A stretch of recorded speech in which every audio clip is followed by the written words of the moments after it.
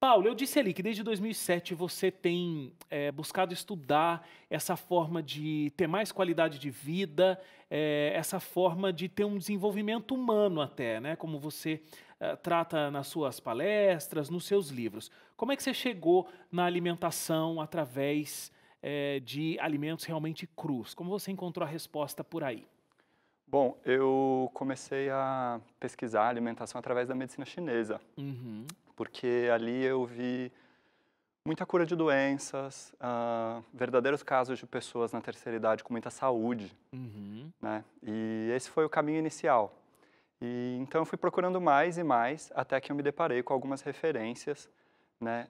E há anos atrás, não só referências acadêmicas, muitas vezes médicos pesquisando o assunto, mas também de muitas pessoas contando a história delas Uhum. de transformação através da alimentação, né?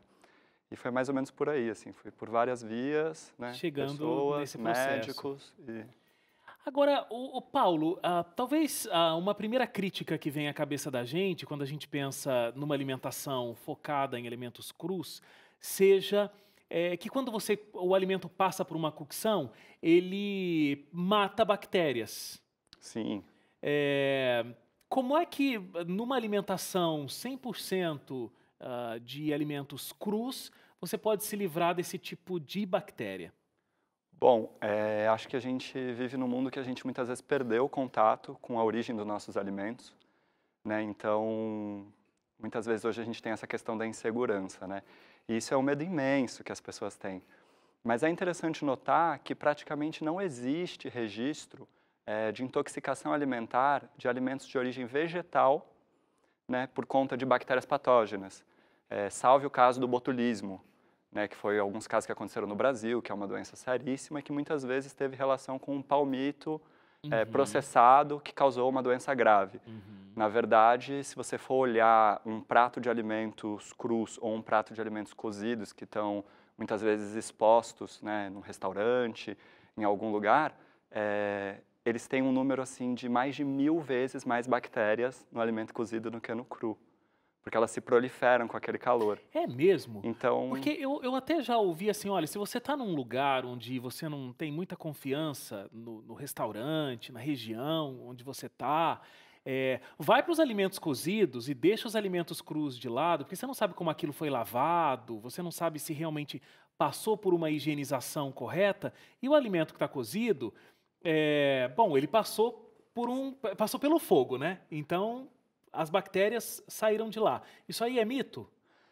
não, claro que a gente tem que ter uma higiene com os alimentos, né? Claro. Então, todas as verduras têm que ser higienizadas, mas não a ponto de uma intoxicação real, do tipo, isso é quase um mito, né? Uhum. Seria o caso, na verdade, se esse alimento viesse com uma sujeira visível, muitas vezes, né? Então, nossa, tem um pouco de terra nesse alimento, ou alguma coisa. Pode ser que tenha alguma coisa ali, pode ser também que não tenha, né? E da mesma forma com os alimentos cozidos, porque às vezes eles estão ali expostos, às vezes foi a saliva de uma pessoa que pode contaminar um alimento, E né? faz sentido, porque as bactérias elas gostam dessa coisa quentinha, né? Sim, e eu vejo muito essa questão que você está falando quando a gente pensa em fermentar alimentos. Então, às vezes a gente não para pensar que muitos alimentos que a gente come são fermentados, né? Como o nosso pão de todos os dias, Uhum. ele passa pela fermentação. E se a gente for olhar as nossas raízes, as nossas origens, seja de que região a pessoa veio, todas as culturas têm um alimento fermentado. Mas no mundo de hoje a gente parece que está tão longe disso que quando fala assim, olha, pega em casa umas verduras e vamos fazer um chucrute ou vamos fazer alguma outra comida fermentada, a gente morre de medo da primeira vez, né? Porque é uma coisa que está longe, a gente não vê, a gente não sabe exatamente, ou não tem um controle do que está acontecendo ali dentro, né? Mas isso é uma coisa real, que eu não pesquisei só aqui no Brasil, né, com vários doutores, mas também fora. Nos Estados Uhum. Unidos não existe uma única queixa no que seria próximo à Anvisa deles, de um envenenamento por alimentos crus, fermentados de origem vegetal. Não é a mesma coisa para o animal, né, o produto com laticínios, ovos. É, Aí sim tem um até, risco bem maior. até na culinária oriental, do peixe cru, né? Não é disso que a gente está falando. Aham. Agora, o Paulo, você tocou aí Estados Unidos. A gente tem uma pesquisa aqui que 90% da população dos Estados Unidos está cronicamente desidratada. E uma das vantagens da alimentação, de ter alimentos crus no nosso dia a dia, é que eles podem trazer hidratação. Então, isso é uma das coisas que me chamou muita atenção nessa história de crudivorismo. Eu não defendo que isso seja feito para as pessoas como, nossa, preciso comer 100% cru, Claro. ou coisas desse tipo. Mas o que a gente vê é que, assim, existem várias baterias clínicas de exame, né? Então, não são estudos conduzidos muitas vezes em universidades, são clínicas fazendo simplesmente a triagem das pessoas que elas atendem. E muitas vezes a gente tem 75% das pessoas consideradas cronicamente desidratadas.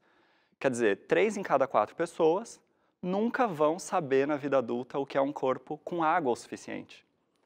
E se você parar para pensar, às vezes a gente não pensa, mas se você tem 70 quilos, 42 litros de água dentro do corpo deveria ter. Né? A gente não para pensar que mais da metade é líquido. Mas não é isso que acaba acontecendo. Então uma das coisas que me chama muita atenção é que, assim, se baixa 5% dessa água, vários especialistas eles medem e falam, olha, mais ou menos 25% da capacidade de concentração mental cai e disposição para fazer exercício físico. Então, às vezes, a gente está num dia meio confuso, sem decidir, né, e não sabe por quê. Falta água. E 1 em cada 4, os outros 25%, inclusive eu, não quer dizer que eu consigo ficar hidratado todos os dias. Tem dias que eu percebo, a cor da urina muda, os lábios podem não estar tão hidratados, você vai vendo que o corpo, às vezes, não recebeu tudo que podia. Né? Então, é uma coisa básica para a gente ter saúde, funcionar, que muitas vezes não está acontecendo. Né? E os 90%, muitas vezes, que eles pegam é porque a pessoa também não tem magnésio no corpo. Por exemplo, é um elemento essencial para mais de 300 funções que a pessoa faz no dia a dia. Né? Uma delas é quando você acorda e fala, uau, dormi bem pra caramba, né? Tipo, tudo está relaxado. Sabe aquele dia que você acorda e fala, nossa, que gostoso. Que noite bem dormida. Né? Então, existe um mecanismo químico e físico no nosso corpo para a gente poder descontrair o músculo. E, às vezes, a gente mede números e números de pessoas em clínica e fala, nossa, essa pessoa não tem o que precisa para isso. Né? E isso é muito sério, não só para uma questão de a gente ter um nome magnésio ou um número no exame de sangue, mas porque quem é você quando você dorme 10 dias seguidos muito bem, com a sua família, com o seu trabalho, com tudo que você dispõe a fazer, e quem é você quando dorme 10 dias não tão bem? Né? Então, mais ou menos, claro, esses são os motivos que me levaram assim, para pesquisar isso. E é muito legal o que você está dizendo, você não está incentivando aqui que agora todo mundo, gente, parem de comer tudo que é cozido e só comam tudo que seja cru. Mas, com certeza, você está levantando a bandeira de que, por favor, adicionem alimentos crus à dieta de vocês. Claro, porque o que acontece? Se a gente imaginar uns corredores de supermercado, onde tem os produtos industriais, grande parte deles são totalmente desidratados, né? Então, imagina biscoitos, cereais matinais, todas essas coisas são totalmente desidratadas. Majoritariamente feitas do quê? Açúcar, farinha, sal, né? Gordura hidrogenada. Então, são coisas que, assim, se você deixar aberto, não é igual uma fruta fresca que a natureza ela se decompõe. E aí estraga. Eles não têm atividade biológica. Né? Existem uns vídeos engraçadíssimos na internet de pessoas guardando comidas que nem as formigas nem as bactérias reconhecem que é comida. Né? Quase como a margarina, por exemplo. Como imaginar que é um plástico mesmo, quase, a coisa. E, então, quando uma pessoa está adquirindo nutrição através disso, não que não tenha uma coisa boa ali, ele tem calorias, ali tem coisas úteis, mas o nosso corpo sempre vai ter que gastar um estoque pessoal para digerir, aproveitar e eliminar aquilo. Enquanto que, quando você se alinha com a natureza, né, em geral, nos alimentos crus ou nos alimentos fermentados, vem um monte de componentes que já ajudam a gente a fazer a digestão, já ajudam a gente a fazer a assimilação, né, e assim por diante. Você diz também no teu livro que quando a gente cozinha os alimentos, eles perdem muitas das suas enzimas. Como é que acontece isso? Bom, acho que é interessante a gente pensar o que seria uma enzima. Né? Então, assim, pensa que às vezes você tem lá uma mesa de madeira e essa mesa tem partículas que também tem no nosso corpo, por exemplo, carbono. Né? As enzimas, eles são componentes que eles se parecem com as proteínas, quer dizer, o que faz os nossos tecidos. Né? Nossas células são feitas de proteína e gordura. A diferença delas é que elas têm uma atividade. Então, basicamente, todas as funções do corpo são acionadas ou por enzima ou por hormônio.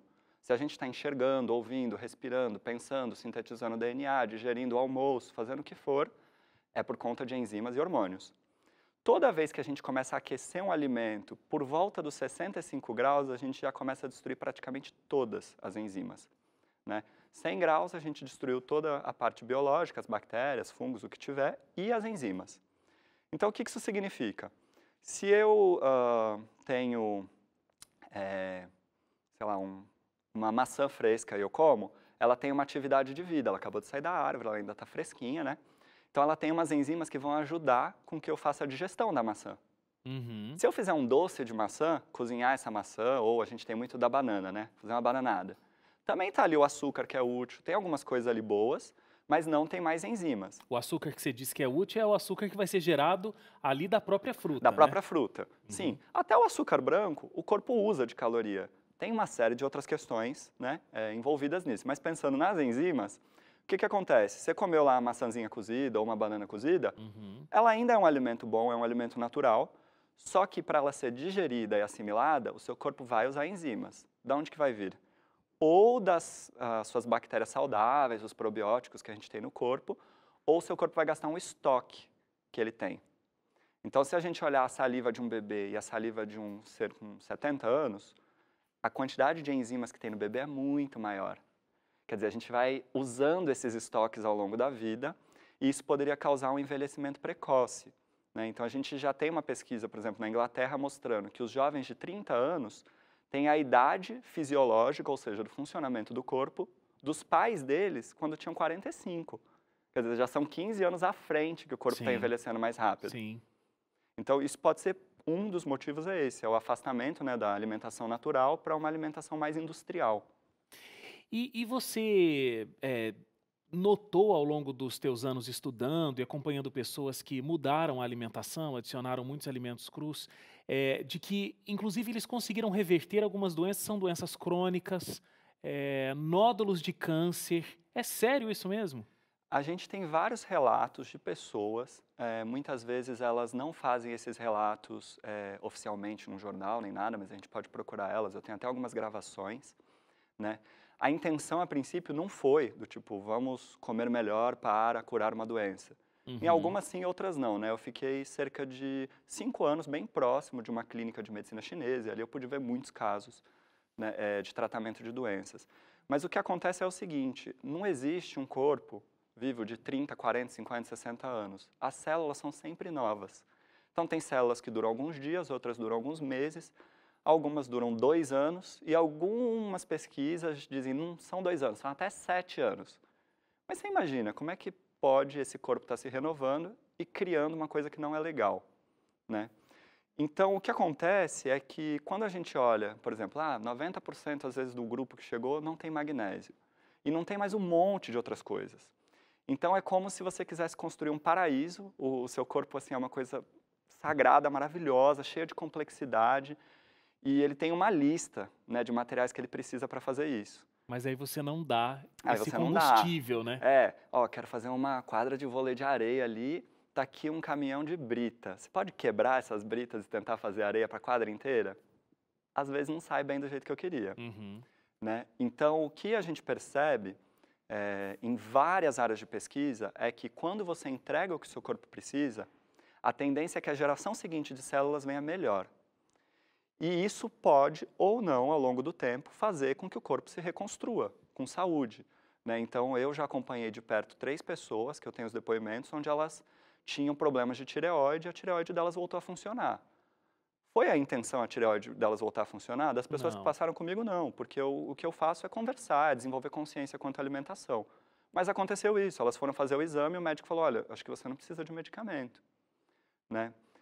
Inclusive nódulos desaparecerem. Então, existe uma série de casos para isso, muitas vezes, não só eu, mas tem dezenas de profissionais que relacionam a alimentação viva, crudívora, com a reversão de doenças, mas isso não é certo, assim, que a gente pode dizer, olha, começa a comer tudo cru que vai dar certo. Isso não é verdade, né? Isso precisa que você olhe o organismo da pessoa e entenda. Poxa, se ela teve uma configuração de doença por conta, talvez, de uma falta dessa vitalidade de alimentos, talvez isso melhore. Mas, às vezes, ela teve por outra condição que não tem nada a ver com isso, né? Então, existe essa possibilidade. Agora, o que é que uma pessoa que só se alimenta de alimentos crus vai ter de deficiência com relação a quem faz uso de alimentos cozidos? Existe alguma coisa? Existe, claro, tem que ter cuidados. Então, na verdade, assim, se a gente olhar qualquer modelo dietético, as pessoas geram deficiências, né? Então, existe um pensamento, a pessoa é vegetariana, ela vai ter uma deficiência de alguma coisa. De onde vem a proteína se a pessoa não come carne? Sim, na verdade, existem muitas fontes, mas Com a pessoa certeza. precisa ser competente para isso. Ela precisa se educar, se informar Precisa e saber buscar fazer a bem. alimentação certa para repor. Sim, porque senão ela entra num lugar ideológico que muitas vezes não respeita o corpo dela, né?